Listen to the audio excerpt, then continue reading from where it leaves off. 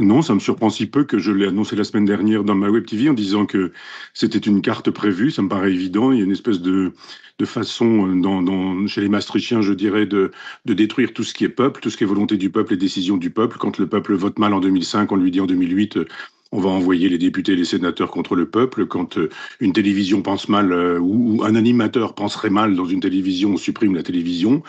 Quand il y a des gens qui font savoir un certain nombre de choses, que ce soit les bonnets rouges, les gilets jaunes, ou les paysans, on leur envoie la police, on leur envoie l'armée, on leur envoie des blindés, on arrache des yeux, on arrache des mains. Enfin, on voit bien qu'effectivement, il faut que le peuple se taise et que le peuple vote bien. Et puis après, il y a une propagande perpétuelle qui nous fait savoir que voter contre ce dispositif que j'appelle maastrichtien, c'est être fasciste, nazi, d'extrême droite, etc. Donc évidemment, il n'était pas question de se priver de cette carte. Vous voyez comment ça fonctionne. En Roumanie, par exemple, quand le client devient dangereux, eh bien, on fait sauter l'élection, comme d'ailleurs jadis les Algériens avec le GIA.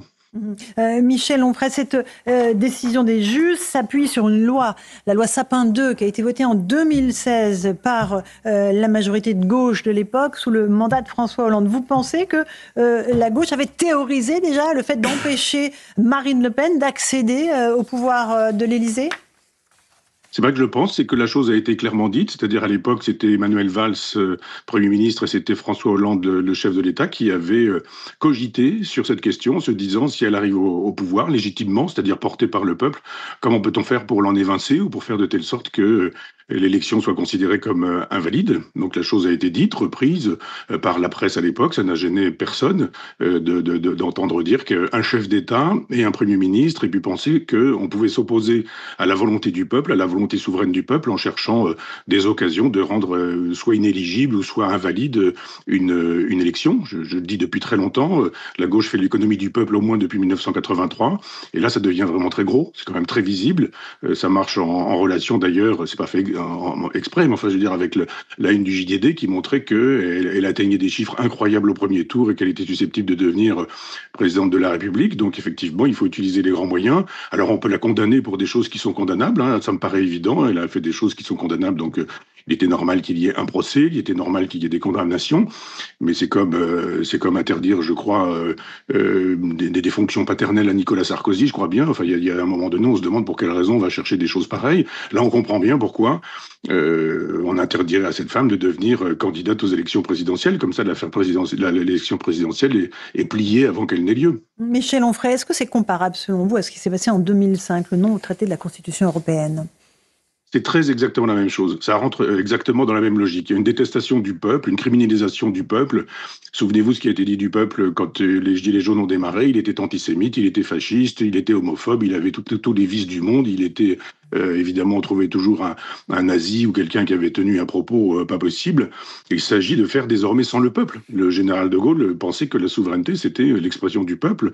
C'est le peuple qui décide de ce que doit être la politique de la nation. Et quand le peuple dit au chef de l'État que c'est pas la politique qu'il souhaite, eh bien, le chef de l'État s'en va. Macron reste au pouvoir depuis très longtemps. Il a été élu 2 fois dans des conditions qu'on sait, avec une espèce de propagande massive pour montrer que quiconque ne pensait pas comme lui était un fasciste, un nazi, enfin on connaît l'histoire. Privation de ceux d'ailleurs qui disent un peu la vérité sur ce sujet-là du service public, ou quand ils ne sont pas privés de service public, on les assassine en leur demandant pourquoi ils sont fascistes, pourquoi ils sont nazis, pourquoi ils sont antisémites, depuis quand ils soutiennent Jean-Marie Le Pen ou Marine Le Pen. Enfin, on voit bien dans quelles conditions les élections sont faites, et quand les élections sont perdues, elles sont tout de même gagnées. Emmanuel Macron, quand il perd les législatives, il reste. Et d'ailleurs, il dit, vous aurez un Premier ministre très exactement à l'inverse de ce que vous souhaitez. Quand Marine Le Pen gagne les élections de l'Assemblée législative récente, eh bien, Mélenchon arrive 10 minutes plus tard en disant que c'est lui qui a gagné, et on se retrouve avec un ancien républicain, et puis François Bayrou, qui est là depuis 250 ans, et on dit, le peuple peut vouloir ce qu'il veut, de toute façon, nous ne voulons pas du peuple, et nous voulons imposer, à marche forcée, un régime qui est celui que j'appelle maastrichtien, c'est-à-dire faire de telle sorte que la France disparaisse au profit d'une Europe maastrichtienne qui elle-même deviendrait un État à proprement parler. Je dis ça depuis très longtemps et je commence à voir cette idée-là avancer. Ça me fait sourire un peu. Mais Maastricht, j'ai pensé comme un État de substitution avec son drapeau, avec sa monnaie, avec son hymne, avec enfin ses valeurs, etc., etc. Et c'est ça qu'on nous présente comme l'État futur, en nous disant tâchez d'en finir avec la France. Et on voit un Emmanuel Macron qui nous dit que la France n'a pas de culture, que la France est à l'origine de génocide, que la France a commis des crimes contre l'humanité. Enfin, il s'agit de détruire la France pour faire de telle sorte qu'on puisse être un citoyen européen, pour que le citoyen européen devienne un grand citoyen du monde. Le but de tous ces gens-là, c'est de fabriquer un gouvernement planétaire. C'est pas moi qui invente, hein. Jacques Attali écrit un livre dont le titre est Demain, qui gouvernera le monde? Point d'interrogation. Donc, à moyenne ou longue échéance, c'est la perspective, c'est le projet politique. Donc tous les gens qui gênent et qui se mettent en travers de la route, il faut s'en débarrasser. Et là, comme Marine Le Pen gêne un peu beaucoup, eh bien, on a trouvé une excellente occasion de dire qu'elle était coupable effectivement sur le fléchage des crédits qu'elle a reçus et que ça devait l'interdire d'être candidate comme ça l'affaire est réglée. Je suis pas sûr que ce soit si réglé que ça. Michel Onfray, une dernière question. Vous l'avez évoqué, Charles de Gaulle qui disait, je crois qu'en France, la meilleure cour suprême, c'est le peuple. Aujourd'hui, ceux qui ont le pouvoir, ce sont bien les juges.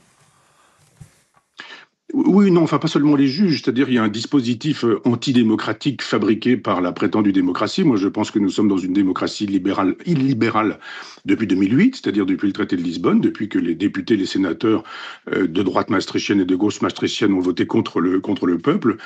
C'est fini, c'est-à-dire aujourd'hui on ferme des télévisions. Alors évidemment c'est C8, tout le monde en parle et c'est tant mieux, mais on a fermé par exemple Russia Today ou Sputnik en disant que c'était des télévisions russes et immédiatement on a fermé ces télévisions. On peut sur la même télévision sur laquelle on ne voit plus ces chaînes-là voir aujourd'hui Al Jazeera. Ça ne pose aucun problème. C'est-à-dire il y a des bonnes télés, des mauvaises télés. La démocratie, c'est quand même la possibilité de se faire une idée à partir des informations qui nous sont données. Et quand on commence à taper à fermer des chaînes, à taper sur des journaux, à interdire de parole à un certain nombre d'intellectuels, à criminaliser les pensées adverses, à envoyer aux tribunaux les gens qui ne pensent pas comme il faudrait penser, on s'aperçoit effectivement que la démocratie est derrière nous.